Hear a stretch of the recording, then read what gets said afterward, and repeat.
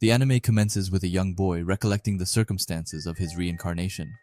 He recounts being subjected to bullying by his peers, which led him to withdraw from the outside world, consumed by a sense of hopelessness and purposelessness.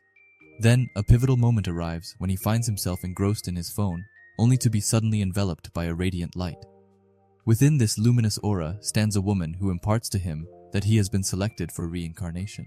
She acquaints him with the intricacies of this unfamiliar realm and encourages him to embrace the opportunity for a fresh start, urging him to relish his newfound life. Upon awakening in the unfamiliar realm, a wave of astonishment washes over him as he gazes upon his infant form. His new life begins within the embrace of a royal lineage, a prominent insignia gracing his chest, an emblem of his regal heritage. Curiously, even in his tender years, echoes of his past existence linger in his consciousness. As he matures, an evaluation of his mystical aptitude is undertaken, revealing an unexpected revelation, a mere duo of magical skills, confined solely to the realm of barrier magic.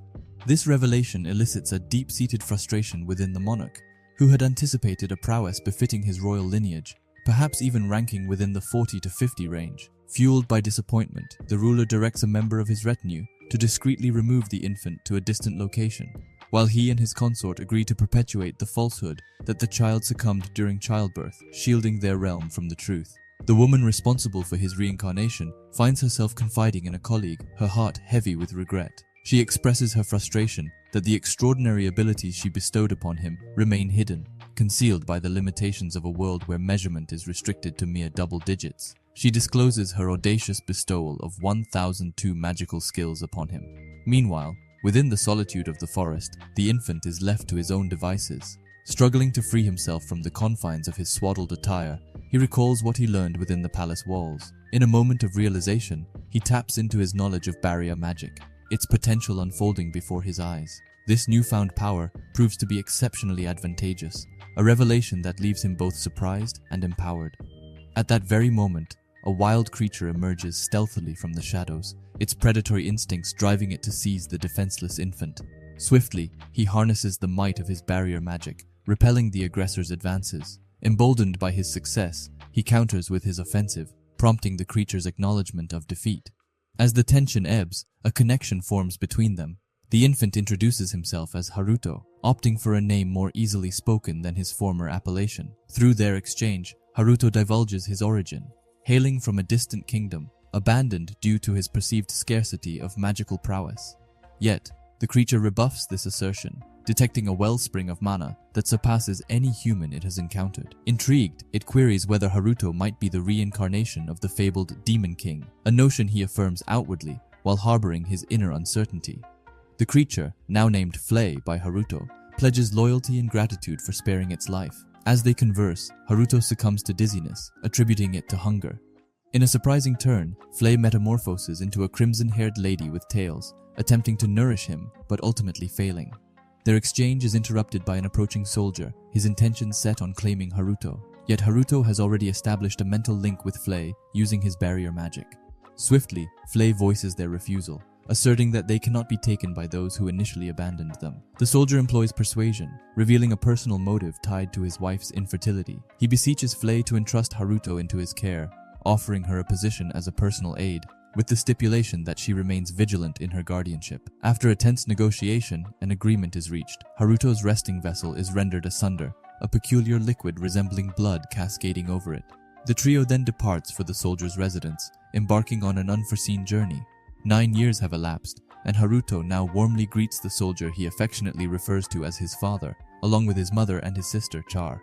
Flay, ever dutiful, accompanies Haruto in her role as an assistant. Haruto shares that his initial intention was to depart once his hunger was sated, but the abundance of kindness bestowed upon him compelled him to remain. However, his sole source of contention lies in his strained relationship with Char, his younger sister. During breakfast, Char approaches Flay, inquiring if they can engage in playtime following their meal. Flay hesitates initially, but at Haruto's suggestion, she acquiesces. As the day unfolds, Haruto's mother approaches him, finding him observing Char and Flay at play through the window. She offers insight, suggesting that Char's hesitation to bond with him could stem from her unfamiliarity with boys of his age. This prompts Haruto to question whether Char truly knows his actual age. His mother advises him to spend time with Char and to step outside his room more often. In Haruto's chamber, a duplicate of himself stands as he engages in an introspective dialogue, lamenting his inability to animate or converse with the clone, despite his comprehensive study of barrier magic. Contemplating a departure from his family, he contemplates employing a clone of Flay as a decoy. Just then, his father's voice beckons from outside, leading him to join his father. Outside, his father broaches the subject of sword training, a proposition met with Haruto's lackluster enthusiasm. When given the chance to suggest an alternative interest, Haruto expresses his desire to learn ancient magic. While his father consents to this pursuit, he emphasizes the importance of swordsmanship. Haruto challenges his father's prowess, dubbing him the earth-shattering warhammer, and initiates a spar. Employing his barrier magic, Haruto impressively deflects his father's attack, later engaging in a spirited training session, all while Char observes from the sidelines. Later that day, the family gathers together in a room, Char nestled in her mother's lap. Haruto's father confides his belief that Haruto might be a reincarnated demon, given the enigmatic royal mark on his chest. Despite the uncertainties, their love for Haruto remains steadfast, and they are resolved to support his happiness. Unbeknownst to them, Char has overheard their conversation while pretending to sleep, absorbing their words. Secluded within his room, Haruto revels in the relief that his father's busyness entails a respite from his sword lessons. His tranquility is interrupted by distant clamors, prompting him to activate a magical surveillance camera, which reveals a compound teeming with wounded soldiers. Urgently, he seeks out his father, the leader of the injured troops. His father recounts a mission gone awry, an attempt to confront thieves and bandits that resulted in a devastating ambush and numerous casualties. Departing in annoyance, Haruto encounters Flay on his way out, curtly dismissing her attempts to communicate. Nonetheless, he proceeds to heal the wounded soldiers he encounters along his path. Later, Haruto awakens from slumber to find Flay stationed outside his room. Perplexed by her presence, he recollects his earlier rebuff and extends an apology, encouraging her to speak her mind. She reciprocates the apology, admitting her hesitation due to his previous response. Without further delay, Haruto invites her to accompany him. Together, they locate the hideout of the marauding thieves and bandits, resolute in their decision to eradicate the threat. Departing their home, they take flight, catching the attention of Char, who observes their departure from a window. Within the lair of the bandits, revelry ensues following their apparent victory over Haruto's father and his soldiers. Haruto infiltrates the chamber housing the three bandit leaders, paralyzing their movements. He asserts his intention to extract information, warning that falsehoods will carry dire consequences. Through his inquiries, Haruto deduces a startling revelation. These purported bandits are soldiers from a neighboring kingdom, deployed to sow discord within his realm under the guise of marauders. They disclose an accomplice within his borders who facilitated their incursion. Haruto commands Flay to reduce the fortress to ashes, employing her magic to accomplish the task. As they depart, Haruto resolves to send an anonymous message to his father, illuminating the truth of the encounter. In a chamber, a sentry reads aloud the enigmatic contents of the anonymous message to Haruto's father. Upon absorbing its implications, the father deems it imperative to conduct a thorough investigation into the border guards. At his side during this discourse is Char, who inquires about the fate of the adversaries. In response, her father attributes the resolution to a single entity, Flay, whose formidable abilities surpass his own, leading him to speculate her involvement. This declaration leaves Char with lingering questions, prompting her to leave the room, consumed by uncertainty regarding Haruto's true identity. Subsequently, Char approaches Flay, probing into the possibility of the existence of two Harutos. Her curiosity stems from witnessing Flay and Haruto in flight the previous night, despite encountering him in his room as well. Char notes the absence of an unsettling aura during her nocturnal visit, prompting Flay to reveal that Haruto wields power beyond human comprehension. Flay later conveys the conversation to Haruto, who responds by initiating surveillance on Char, aiming to monitor her activities closely. Inquisitive about the duality in Haruto's presence, Flay inquires, but Haruto dismisses her concerns. As night descends, Haruto rises to attend to nature's call, unaware that Char tails him surreptitiously. In an attempt to engage her, Haruto speaks her name, but she flees at the mere mention. Over the ensuing days, Char persists in trailing him from a distance, a silent observer. During a family breakfast, Haruto's father announces a trip for Char and her mother. Haruto suggests they be accompanied by Flay, who is covertly dispatched on errands by Haruto. Char's unceasing gaze at Haruto during the meal unsettles him, an unspoken tension lingering between them. Haruto receives an urgent notification detailing an attack on Char and his mother through the surveillance he had set up. Swiftly, he establishes a telepathic connection with Char, guiding her to safety and instructing her on evasive maneuvers. Finding refuge in a cave, their mother temporarily departs, motivated to identify the enigmatic helper, a self-proclaimed hero of justice. Employing illusion magic, the cave's entrance becomes concealed.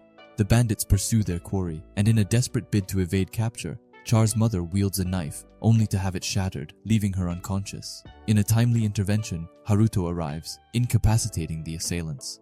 Haruto places his mother within the shelter of the cave, assuring Char that aid is on its way before turning his back. Despite his efforts to disguise his presence, Char senses his intimidating aura, deducing his identity. She poses the question of whether he is the hero of justice, and Haruto confirms her suspicion, urging her to safeguard this revelation as a secret. A guard relays news of the attack on Char and her mother to Haruto and his father. While expressing gratitude for the assistance, Haruto's father laments the inability to identify the savior. In a private exchange, Haruto and his father ponder the attack, with Haruto deducing the presence of an inside informant. Eventually, Char, her mother, and Flay return home unscathed. In a surprising gesture, Char embraces Haruto, leaving all present astonished. Char barges into Haruto's room without knocking, and Haruto asks her why she didn't knock. She apologizes, and says that she will knock the next time she comes. Haruto says that she has become very close to him since what happened, and he kind of likes it. She sees some form of video behind him, and asks what that is, and he says they are surveillance cameras. He says that it's a lost form of magic, and Char tells him that there are ancient magic books in the library. They both go to the library, and Char makes Haruto read to her. While he reads, he makes mention of anime, which not most people know about in this world. She then asks him what anime is, and he tells her. She then says that she would like to see some anime. 2 weeks later, Haruto finds a way to connect to the Japanese internet, and he sees that his subscription is still active. He then creates a kid's account for Char and shows her anime. She says she likes it, but can't understand anything. She then begins learning Japanese with the help of Haruto, and within 2 weeks, masters everything. She then starts to watch anime regularly. Haruto then tells her that she can only watch up to 3 hours of anime, as she is now spending most of her time on it, which makes her sad. At dinner, Haruto's parents ask him what he and Char have been up to, and Char says they are studying ancient magic together. Char follows him around, takes a bath with him, and even sleeps together on the same bed, and this makes their mother happy. Haruto's father is seen leaving on a mission to catch the thieves and bandits. While Haruto and Char discuss, Char finds a way to convince him to fight the bad guys. She tells him to transform, and Haruto transforms into an anime character. Char begs to come with him, but he refuses and sets up a camera so she can watch him instead. He finds the bandits and blocks them with magic. But to make things interesting for Char, he goes ahead to fight them, beating them all with no issues. As he is about to leave, his father arrives and asks for his name, which he says is still pending. His father asks for his goal, and says his goal is to keep and enforce justice, and he flies away. Char makes him continue to fight bad guys, and he becomes popularly known as the Black Knight. After several months of studying ancient magic, Haruto is finally able to make his clone copy of him speak. The clone does everything like Haruto, and it is really hard to differentiate who the real Haruto is. Char sees Haruto and his clone one day, and is shocked. Prince Laius and Princess Marianne visit Haruto's father and his family. Prince Laius is a pesky and entitled person, and his sister is the opposite. He keeps finding fault in everything, and even challenges Haruto to a duel to teach him manners. Haruto checks Laius's magic level and sees that he has just 940. Haruto wins the duel even though he wasn't interested. Laius gets angry and throws fireballs at Haruto, but he uses his barrier magic to absorb them all. Haruto then threatens to attack Laius, but he apologizes. Marianne also apologizes for her brother's behavior, and he says it's fine. She then asks if he truly has level 2 magic, and he says yes, and leaves. On his way, he says it is possible that the royal family, his real parents, might be looking into him, since they know about his magic level. And that was Am I Actually the Strongest Anime Recap Part 1. I really hoped that you liked this video, as I had a blast making it.